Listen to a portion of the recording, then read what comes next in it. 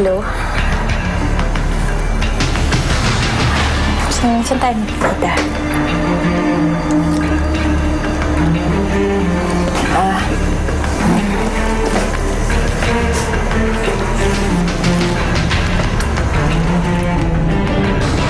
Wala naman ba nakikinig sa'yo dyan at isinusulat o nire-record yung pinag-uusapan natin? Nakausap ko yung inay. Chismis pa kayo. Hello, anak. Anak, huwag mong pakikinggan kahit ano sabihin ni Edmundo. Huwag mo na akong iligtas. Matanda na ako. Tama na yung nagkakilala tayo kahit sa uling sandali. Hindi pwede, inay. Kung ito lang ang paraan para maligtas kayo. Kapalit ng ano? Para mo na rin tinapon ang buhay mo. Pero anong buhay kayo? Yun ang mahalaga. Alagaan yung apo niyo. Anak, pero ikaw ang ina.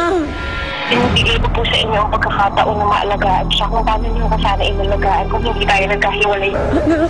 Tama na nga yung mga drama-drama yun dyan. O ikaw, makinig ka mabuti ha. Bukas ng alas 8 na umaga, pumunta ka sa park. Tapos, hintayin mo yung pagdating ko. Pero pag meron ako nakitang aali-aligid ng mga pulis doon, o kaya sina Levy, pasensyaan na lang tayo sa nanay mo. Malamang, buta sa ulo nito. Ano ko malalaman na wala akong gagawin sa kanya kapag sumama na ako? Rachel naman, pag magkasama na tayo, di pawawalan ko na yung nanay mo. Pagkatapos, patatawagan ko na si Falcon para sabihin sa kanya kung saan siya susunduin. Pero pag nagka-abirya, alam mo na kung ano ang mangyayari. Ha? Walang hiya ka. Hindi mo man lang kami pagkikitaan kahit sa uling sandali. Mabuti na yung sigurado. O ikaw? Ikaw ang magbabantay kay Anita dito bukas. So, siguraduhin mo hindi ko matatakasan kung sino. Kung magdadrive sa akin, sumama ko ha. Ikaw ang magiging lookout sa park. Okay?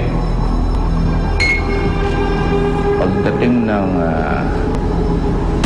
alas 8:30, tatawag ako sa'yo para tawagan mo si Falcon. At ikaw na rin ang maghatid sa kanya sa impyerno. Walang hiya ka! Walang hiya ka talaga! Hayop ka! Paano go pag di kayo nakatawag? O ito, si Anita yung hatid mo sa purgatorio. Kailan mo ako'y paglalaban? Sa lahat ng laban ko, parati ikaw ang iniisip ko. Pagdating ng panahon, naiintindihan mo rin. Tawagan ba si Julio? Patayin na si Anita! Pabutusan lang. Anita!